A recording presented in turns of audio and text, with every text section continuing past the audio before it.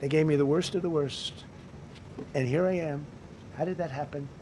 Well, 2035. We kicked in immediately. We were supposed to pay $1 trillion. Russia went to a standard of 1991, which was a dirtier standard. But we had to pay top dollar. So I terminated that. Another Rick. We ended the woke lunacy and restored common sense, abolished all discriminatory diversity, equity, and inclusion DEI policies throughout the federal government and the private sector. They're gone. Everybody, they're gone.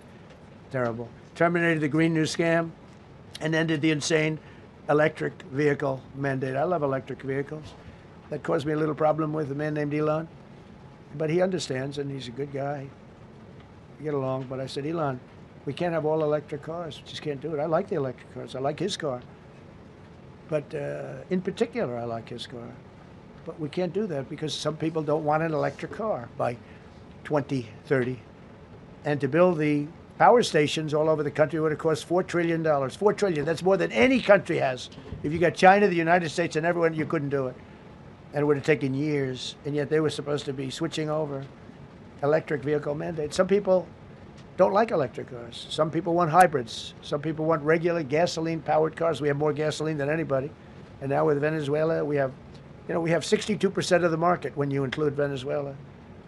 So I ended the Green New Scam and I ended the insane electric vehicle mandate. Now you can buy a gasoline-powered car, a hybrid, and you can buy a electric vehicle. I mean, if you want electric, you can buy it. Make a good deal on them right now because they made a lot of them.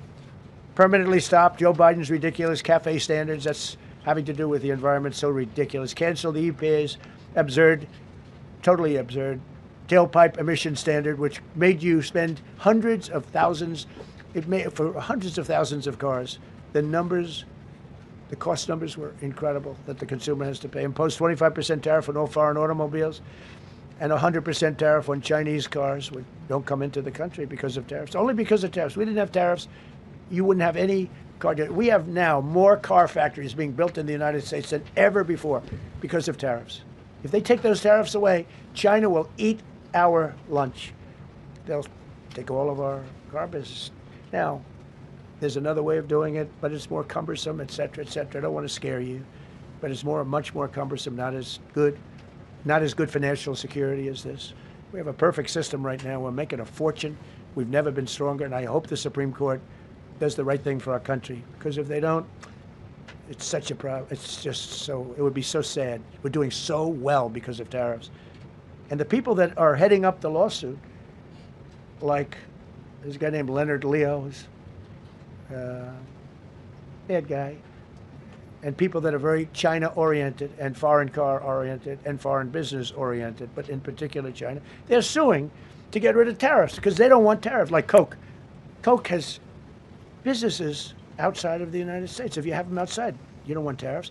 But because of tariffs, they treat us well. Without tariffs, they would treat us very badly, as you saw for many years.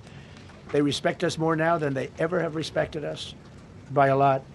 And revoked the California emissions waiver to stop San Francisco communists from regulating the automobile industry and destroying automobiles and the industry in the nation. I was with Bill Ford of Ford Motors. I was with all the people at General Motors the other day, and they are making more money and building more cars than they are doing so good, all because of tariffs and what I've done. And they're building their plants all in the United States. Reopened ANWR for drilling. That's a big deal. Launched a massive Alaskan pipeline project to export natural gas to Asia.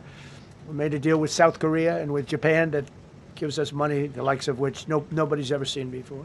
Signed executive orders to end Biden's war on coal and I say clean, beautiful coal. I never say the word coal. This has to be preceded by the words clean, beautiful coal before. Signed executive orders to end Biden's war on coal and I say clean, beautiful coal. I never say the word coal. This has to be preceded by the words clean, beautiful coal. And put minors back to work. The minors love Trump. I think I got 100% of their vote. We banned transgenders from the military. We don't want transgender in the military. Ordered reinstatement of patriots expelled from our military with full back pay. So genders from the military. We don't want transgender in the military. Ordered reinstatement of patriots expelled from our military with full back pay. So we had some people that were terminated and they're coming back into our military. Fired the woke boards of visitors at our military service academies. The boards of visitors were run by radical left, maybe communists, maybe not, but they were still heavily radical left, and they were bad for us. Signed an executive order to remove anti-American propaganda from federal museums and national parks. Required the federal employees to return to work in person or be fired. We don't want them sitting in their home or in their bed working. We want them in an office that we're paying for in Washington, D.C., or wherever it may be. And we've largely taken care of that mess. That was crazy. I guarantee you they're out on the ball fields. I guarantee you they're out playing golf. And you can't run a country or a company that way. I think it's happening even so with countries and companies. But we had so many of our federal workers, they wouldn't come into work. Signed an order banning all government censorship and restoring free speech. Made it the official policy of the United States government that there are only two genders. This was not a tough one. Two genders. Can anybody guess what they are? Male and female. I think it meant that there are only two genders. This was not a tough one. Two genders. Can anybody guess what they are? Male and female. I think the Democrats know that too, but they refuse to admit it. Banned the use of puberty blockers, hormone injections, and other chemical and surgical mutilation of children. Can you imagine saying this 15 years ago? That we banned the use of puberty blockers, hormone injections, and other chemical and surgical mutilation of our children. You know, when I say it, I say, do I have to say that? I actually ask my people today, yes, sir, because it's where the country went. Banned men from playing in women's sports. Big Supreme Court case in that. I mean, I can't believe it. Some of the justices were fighting hard for men to be able to play in women's sports, a couple of them. I can't imagine it, but I think anybody that rules that way should lose a lot of credibility. But we banned men from playing in women's sports. All you have to do is look at the records, look at weightlifting records, look at swimming records, look at track and field. It's not fair. It's very demeaning to women. Banned transgender ideology and critical race theory from our schools. Secured unprecedented settlements with Brown University, Columbia University, and many other colleges, including the University of Pennsylvania, where I went, the great old Wharton School of Finance. To restore fairness and merit, we're working with Harvard right now. They've been very anti-Semitic. Terrible what they've done. And we'll see what happens. I hear we have a deal, but who the hell knows with them? They have a lawyer that wants to show how hot he is. Ended taxpayer-funded student loan forgiveness for radical left and anti-American activists. Can you believe it? Began the process of abolishing the Federal Department of Education and returning education back to the states. And Linda McMahon is doing a fantastic job. Ended Joe Biden's weaponization of our government and removed his hand-picked radical left Marxist prosecutors from the Department of Justice, like deranged Jack Smith. He's a sick son of a bitch. Picked radical left Marxist prosecutors from the Department of Justice, like deranged Jack Smith. He's a sick son of a bitch. They gave me the worst of the worst. And here I am. How did that happen? How did that happen? He's a sick guy. And they gave me the worst of the worst. And here I am. How did that happen? How did that happen?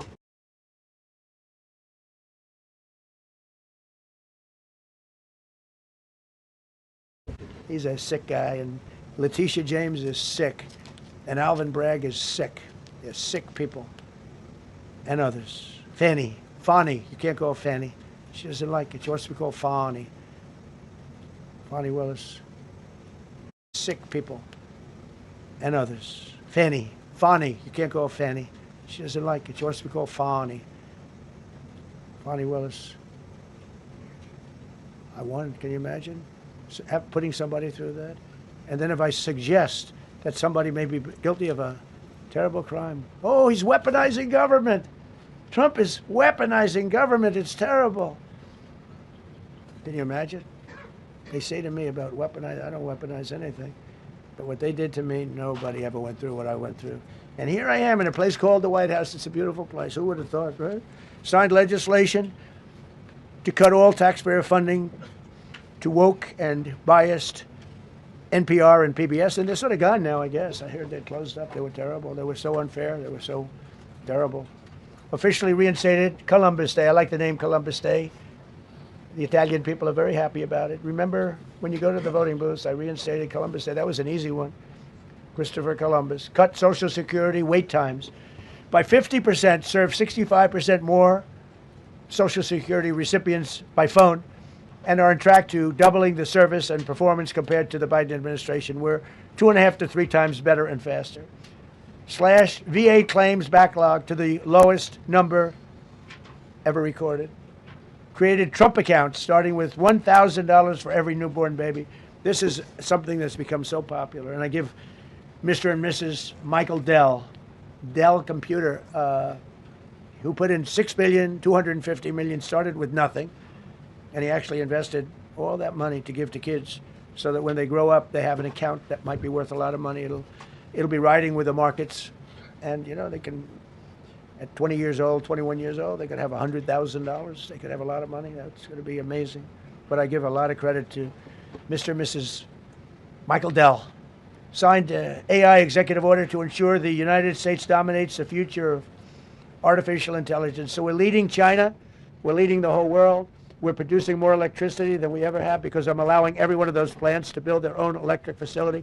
We're giving them very, very fast approvals, unlike Los Angeles with the fire. So the federal government, I want to give a lot of credit to Lee Zeldin. The hardest approval for the 20,000 houses or more that burned down in Los Angeles because they didn't have the water. They didn't allow the water to come down from the Pacific Northwest. They routed the water into the Pacific Ocean. So we had no water there. No, he had. I would say open up the water. Open it up to the governor, to the mayor. They didn't want to do it. They wanted to protect the tiny little fish that's, you know, I said, how can you have a fish when you don't have any water? I would say open up the water. Open it up to the governor, to the mayor.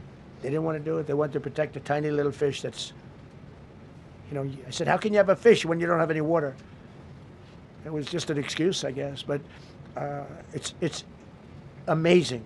We took 20,000 houses, and Lee Zeldin, the toughest permit is from the federal government. Within 2 weeks, every single permit was given to the people to build their houses. Then you have the incompetent mayor of Los Angeles. He's neutral, who decided to go to Africa during the fire. So you have this incompetent mayor, and I had it out with her the night when I got right after the fire. I went there. She said, we're working on it so that we can have everybody starting to build within 2 or 3 years. Remember that? I said, you mean 2 or 3 days? No, I mean 2 or 3 years. And the place went crazy. Well, they still haven't gotten their permits. But every federal permit, every single one has been given a year ago.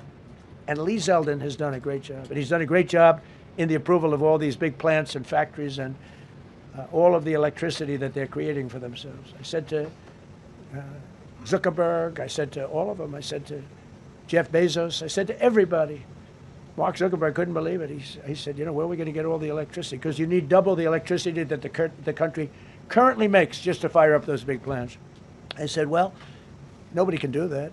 So what we're going to do is let you make your own electricity. Nobody believed it. And I said, we're going to get you fast permits. So we get them within 2 weeks. And they're coming up with some of the most incredible electric plants you've ever seen. So each one of those massive buildings, AI or otherwise, is building their own electricity. They're building their own plant. And it's incredible. Many of them are under construction already. They're going to have, we're leading AI, and we're leading China by a lot. Established a MAHA presidential commission, banned many artificial food dyes, as you know, issued new vaccine recommendations, and created new real food pyramid. And Bobby and Dr. Oz have been incredible. Provided $12 billion in aid for American farmers. Just gave them $12 billion in aid because they got screwed by other nations. And the number of drug dealers have fallen every single month since I took office. Drug dealers are way down in the United States. And that's a small version of what's sitting right there. That's just a small version. We took a country that was dead, and it's the hottest country in the world right now. And that's after 1 year. So let's go. That's a lot of people. Go ahead, please. Yeah, go ahead. Thank you so much, Mr. President. I have 2 questions for you. One, do you want your Board of Peace to replace the UN? Well, it might. I mean, the UN just hasn't been very helpful. I'm a big fan of the UN potential, but it has never lived up to its potential. The UN should have settled every one of the wars that I settled. I never went to them. I never even thought to go to them. They should be able to settle those wars. They don't. I believe you got to let the UN continue because the potential is so great. And another one, you invited Lula from Brazil to be part of the Board of Peace. I did. What role do you expect him to play, especially a big role. I like Venezuela? Yeah, and another one, because Are you from Brazil? Yes. the EU and Mercosur just signed a trade agreement this weekend, which is going to be the biggest trade zone, free zone in the world. Right. At the moment, we're talking a lot about tariffs. What is your reaction to that? So, two questions. Well, I just think this. I think we have trade like we've never had before. We're doing better in trade than we ever have before. We're not being ripped off by every country in the world like we were before. We're doing numbers that nobody's ever thought possible. We're the richest we ever were. They say you can't put a face on money, yet here I am, where ambitions meet their funding potential. Imagine.